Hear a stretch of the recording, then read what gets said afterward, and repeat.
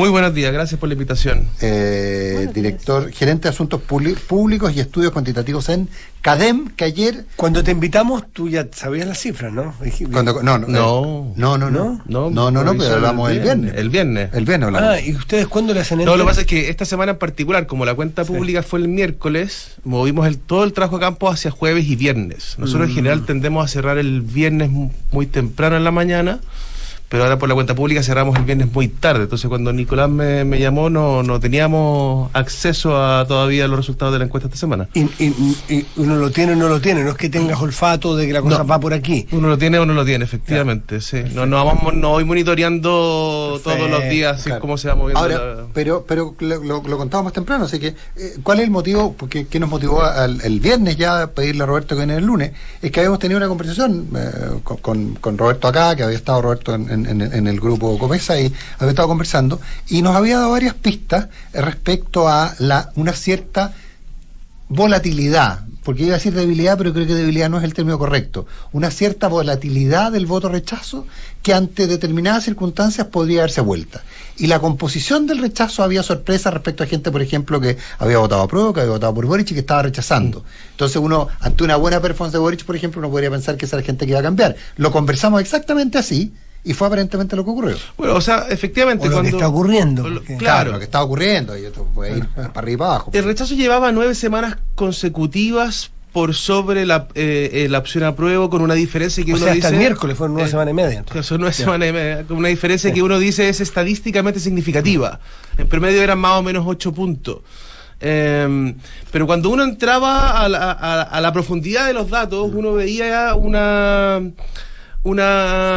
debilidad o una amenaza, por así decirlo, para la opción del rechazo. Volatilidad. Una amenaza hacia la opción del rechazo basado en un análisis que nosotros hicimos, juntando todas las últimas encuestas de las 9 semanas y usando 3 variables, básicamente. ¿Cómo votó en el plebiscito de entrada? Si votó apruebo, votó rechazo o no votó. Porque recordemos que votó más o menos el 50% de la población, o sea, 1 de cada 2 chilenos no votaron. Claro. Luego, ¿cómo votó en la segunda vuelta? Si votó por Boric, votó por Kast o si no votó. Y luego, ¿qué nos decía hoy día? Y en ese análisis identificamos 3 segmentos que al final son clave hoy día para la elección. El primero, que todavía sigue estando en el rechazo, pero hay que tener atención, ojo, es el segmento que no votó en el plebiscito, que no votó en la segunda vuelta y que hoy día rechaza. Y ese segmento representa el 22% del rechazo actual. Es un segmento muy grande.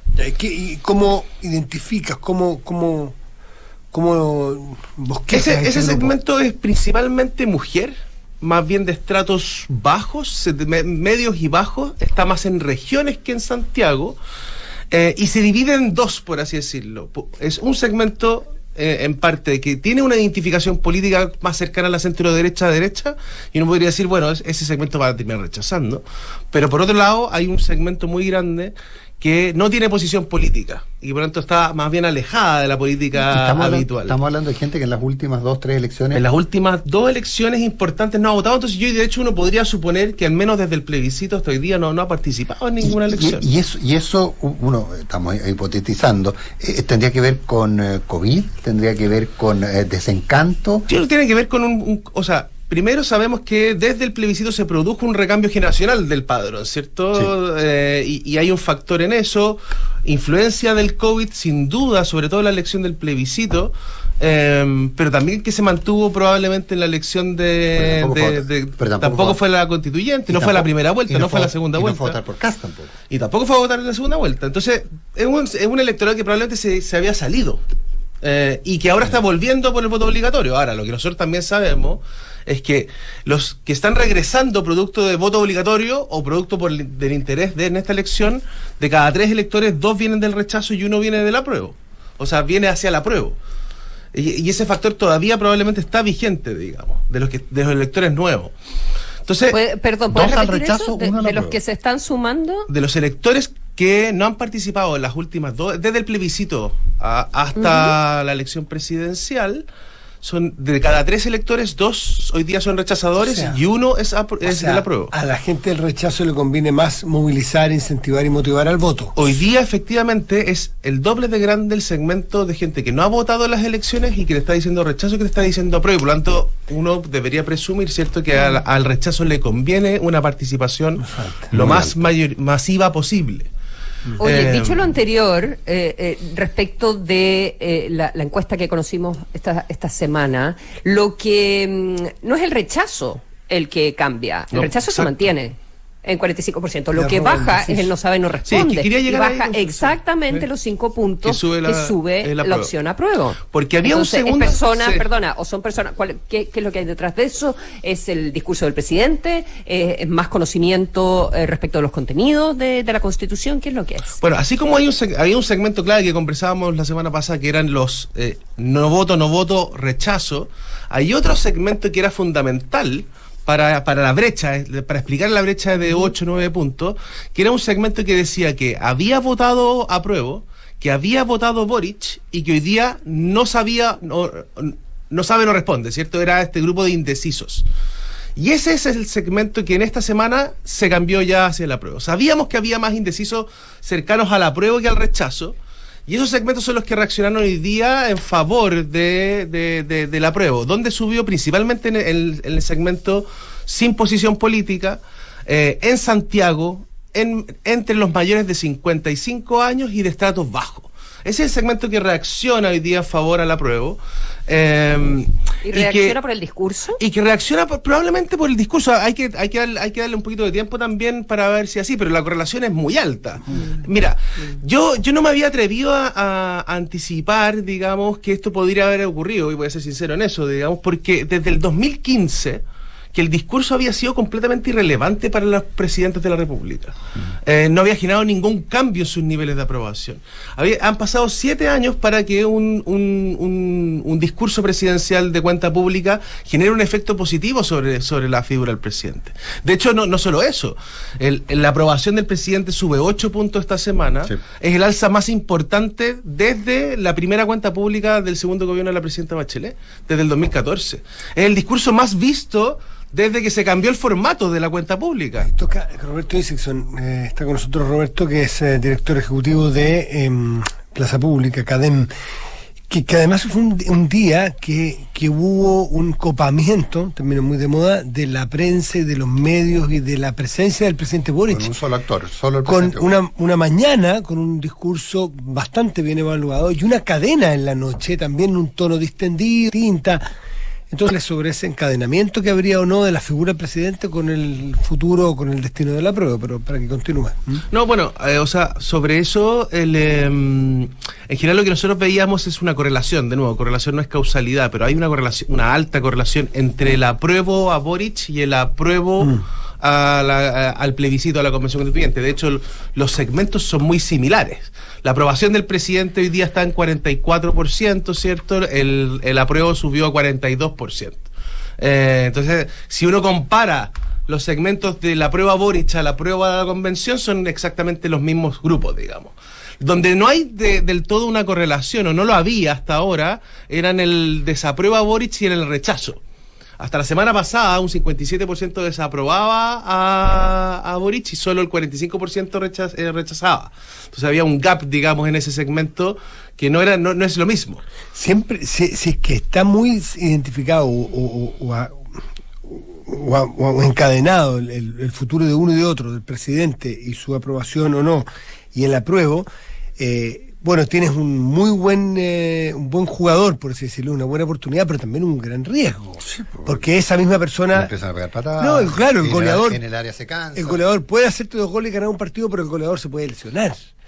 ¿Te fijas? Y puede cansarse, o en fin. No, hay que estar atento a 2 cosas desde mi punto de vista. La primera es que, así como yo no recordaba que las cuentas públicas tuvieran estos efectos sobre la imagen del presidente, porque habían pasado 7 años sin que no lo tuvieran, también cuando uno veía estos cambios de aprobación tan bruscos, en general era un medio de espuma. Pasan 1, 2, 3 semanas, digamos, y vuelven a diluirse. Entonces va a depender mucho de la agenda del presidente de los próximos días. Esta semana yo creo que va a ser una buena semana, con una buena gira, pero hay que sostenerlo en el tiempo y evitar en el fondo lo máximo posible tener problemas como los que habíamos visto antes. Si no, esto puede diluirse y luego va a haber un problema. Y el segundo punto, probablemente, como tú lo decías, yo te los venía escuchando en la mañana, el apruebo tiene más o menos una base bien sólida que está en torno a los 44, 45 puntos. Pero hay un segmento que sigue siendo muy relevante para el rechazo, que es el segmento que votó Boric, que votó apruebo y que hoy día rechaza. Y ese segmento no se ha movido. No se fue del rechazo producto del discurso del 21 de mayo. Entonces, representado en parte por los amarillos, por así decirlo, claro, que representa más bien a segmentos, uno podría decir, del centro izquierda, de segmentos más altos, digamos, pero también hay una población importante de estratos bajos, digamos, que votó Boric, que votó apruebo y que hoy día rechaza. Y si ese segmento se mantiene todavía en el apruebo, en el rechazo, en el fondo es lo que explica la razón por la cual se mantiene estable. Claro, no se movió nada. No se movió nada. Ahora, hay un punto también, que esto tiene que ver tanto con esta correlación que se está planteando entre la aprobación del presidente Boric y la aprobación de la convención, pero tiene que ver más con la figura del gobierno y por lo tanto el resultado del plebiscito también asociado a eso. No podemos, uno puede pensar que es un fenómeno unicausal. A mí me comentaban, yo no sé si tú lo viste, que por ejemplo, en algunos focus que había hecho gente, entiendo que para la moneda, por ejemplo, había sido bien evaluada, en esos dudosos, había sido bien evaluado el declarar estado de excepción. Que había sido un golazo lo de Meix y lo del paseo Barros Arana en Concepción. Y que en el fondo también había una cosa más lineal respecto a que no era solo la cuenta, sino también una cierta sensación de que el gobierno haciendo cosas que la verdad que es comerse una sopa fría, digamos, pero eso les estaba permitiendo avanzar, y que la única causalidad sería mirar erróneamente, y finalmente ahí hay una política que sí está dando fruto. Lo que pasa es que nosotros medimos el estado de excepción y el 77% estaba de acuerdo con la medida que había tomado el gobierno, y por lo tanto estaba muy bien evaluada, claro, el cambio de ciertas estrategias en torno al conflicto de la Araucanía, pero coincidió con la misma semana en que mataron al trabajador mapuche de CMPC. Segundo Catril. Entonces eso quedó como superpuesto, digamos, en una noticia con la otra, digamos. No sé si tuvo tanto impacto como lo tuvo esta semana la cuenta pública, una cuenta pública que de hecho el principal tema que la gente identificó como prioritario del presidente fue delincuencia. Entonces, de alguna manera, evidentemente delincuencia y economía hoy día son dos de los principales ejes de las cuales el gobierno va a tener que hacerse cargo, que no eran necesariamente prioritarios de su agenda, pero que por la realidad de los hechos va a tener que ser así, digamos. Y creo que el gobierno ha empezado a reaccionar de manera correcta y hoy día tiene un nivel de aprobación bastante positivo. Estamos cercanos de cerrar esa diferencia entre aprobadores y desaprobadores que se había perdido de forma tan significativa en las primeras semanas de gobierno. Ahora, ¿tú crees? Porque estaba mirando qué tan consolidada está la preferencia de los que votan apruebo, de los que votan rechazo y de los indecisos, ¿verdad? Y por lo menos la última, o sea, me parece que en general el que vota rechazo está mucho más decidido a votar rechazo. O sea, está ya firme en esa posición, es más duro, o sea, tiene un 70 y tantos %, versus un, no sé, pues menos de 70. O sea, parece ser más blando el voto del apruebo. Me llama la atención eso. A ver, en general están los dos bastante decididos. Nosotros hemos hecho harto también trabajo cualitativo, y aunque la prueba puede presentar algunas dudas asociadas a algún tipo de norma que no te gusta que se haya aprobado, en general están los dos segmentos bien decididos. O sea, que te dice hoy día apruebo, en general tiende a ser bastante aprobador, y el que te dice rechazo es bastante rechazador. Pero, bueno, no es 100%. Y ahí, de nuevo, en los márgenes se produce esa diferencia. Uno identifica un segmento que te dice que votó apruebo, que votó Boric y que rechaza, y que hoy día podría estar decidido a votar rechazo, pero en el tiempo podría, todavía quedan 3 meses, digamos, switcharse. Pero mira las cifras, perdona Roberto, pero en el rechazo tú tienes un 76% de los que hoy votan rechazo. Sí. Ya estoy tratando de pensar de dónde van a venir los votos. Claro. El que vota rechazo tiene un 76% completamente decidido votar rechazo, Sí. de los que votan rechazo, y después un 14% que probablemente votará rechazo. Sí. O sea, te queda solamente un 7% que dice, en una de esas voto apruebo. Pero, pero ambas cayendo en el margen, ¿no? No, y tenéis un segmento que probablemente votará rechazo, pero porque podría votar apruebo. Luego lo que es interesante más bien en esa pregunta es el segmento que todavía queda indeciso. Sabemos que los indecisos se movieron hacia el apruebo, ¿cierto? Exacto. Y hoy día quedan más indecisos un poquito de rechazo que de apruebo, que eso era distinto a la semana pasada. Y por lo tanto esta elección hoy día, a 3 meses, va a ser una elección que se va a jugar en los márgenes. Sí. Va a ser un 52-48 hoy día, ¿sí? Salvo que ocurriera algo distinto. Va a ser un 52-48 para cualquier lado. Y va a depender un poco, al final, de la movilización, de cuánta gente vota, de dónde vienen esos electores que van a hacer probablemente la diferencia. Y como ustedes decían también antes, esta elección la va a definir los sectores sin posición política, que probablemente no han participado de forma activa en las últimas elecciones presidenciales, de clase media, baja o sectores más bien bajos, que no tienen una relación tan periódica con la política, que van a decidir su voto en la última semana. Roberto Dickinson, como una parte interesante de la movilización va a tener que ver con las campañas que se hagan, la franja o las campañas en general. Me gustaría que trataras en este trabajo cualitativo que has hecho tú de explicarnos, al momento en que cambió, en febrero aproximadamente, ¿no es cierto?, Sí. La percepción o la preferencia del público mayoritariamente al rechazo. ¿Por qué cambió? ¿Lo tienen claro? Y ahora ya hemos sido bastante más explícitos en preguntarte qué habría cambiado la tendencia de ayer o la encuesta de hoy, la encuesta y otras variables. ¿Qué cambió? Porque ahí quizás vamos a encontrar los puntos fuertes que cada sector va a usar en la campaña. Cuando uno va a la semana exacta, donde se produce un cambio brusco, efectivamente, en favor del rechazo, que es entre marzo, la primera semana de marzo, la última de marzo y la primera de abril, Claro. si mal no recuerdo, y vas a identificar en el fondo cuáles son las principales noticias o temas asociados a la convención. Por una parte, aunque no era un tema de esa semana, pero ha sido un tema durante todo el discurso de la convención, y de hecho es lo que más aparece en todas las encuestas y especulativo. La encuesta del 25 de marzo, donde se cruzan las curvas. Se cruzan las curvas, curvas. exacto. La desconfianza en los constituyentes y la figura de Rojas Vade es probablemente el símbolo, digamos, del rechazo a la convención. Es lo que aparece más En fuerte. la convención, incluso sus ex compañeros de grupo de izquierda se operaron de él bastante rápido, pero bien. Pero cada hito comunicacional extra formalidad, digamos, te recuerda a Rojas Vade, digamos, cuando el constituyente votando desde la ducha, el No sería raro constituyente, que eso esté en la campaña. todo eso es, en el fondo, te remite a Rojas Vade, digamos, y a la desconfianza en los constituyentes, el conflicto entre ellos, digamos.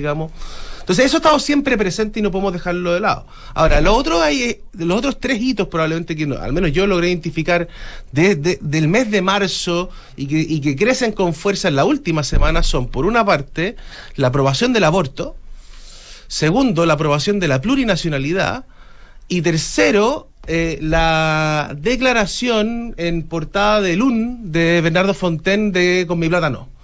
Esas 3 cosas pasaron durante marzo y se concentró la agenda con fuerza la última semana de marzo. Y probablemente esos son los principales hitos, de alguna manera, que llevaron a generar este quiebre en favor del rechazo y que lo tuvieron arriba ya con 9 semanas, con una diferencia estadísticamente significativa, y hoy día todavía sigue arriba con 3 puntos de distancia por sobre la prueba. Oye, no nos queda nada de tiempo, pero hay una pregunta que... Esta pregunta, cuando se dice perspectivas del plebiscito, Sí. ¿cuál cree usted que va a ser el resultado? Eso es bien Que un Es superinteresante. 50% cree que aprueba, solo un 30% creo que rechaza. Sí. Bueno, a ver, yo creo que el principal clivaje de esta elección... 37 rechazo. 37 rechazos. ¿Y qué dije? Lo subo un poquito. Sí, 30 parece o quizás no, yo- da lo mismo. Independiente de tu preferencia, la gente mayoritariamente cree que gana la prueba. Claro, Lo que que creen. eso ha sido bien predictivo en las presidenciales, por ejemplo. Sí, tiende a ser predictor, pero nosotros no lo estamos usando hace tiempo como predictor. Perfecto. Es la pregunta directa. Nosotros hemos visto que el principal clivaje de esta elección es esperanza versus temor incertidumbre, preocupación. Si uno quisiera, en el fondo, ponerlo en un sentimiento polarizado, digamos. Es lo que más explica esta elección. Quienes están por el apruebo tienen esperanzas de que esta constitución va a traer cambios positivos a Chile. Quienes están por el rechazo tienen temor, incertidumbre y o preocupación, digamos, de lo que pueda significar para el país este texto.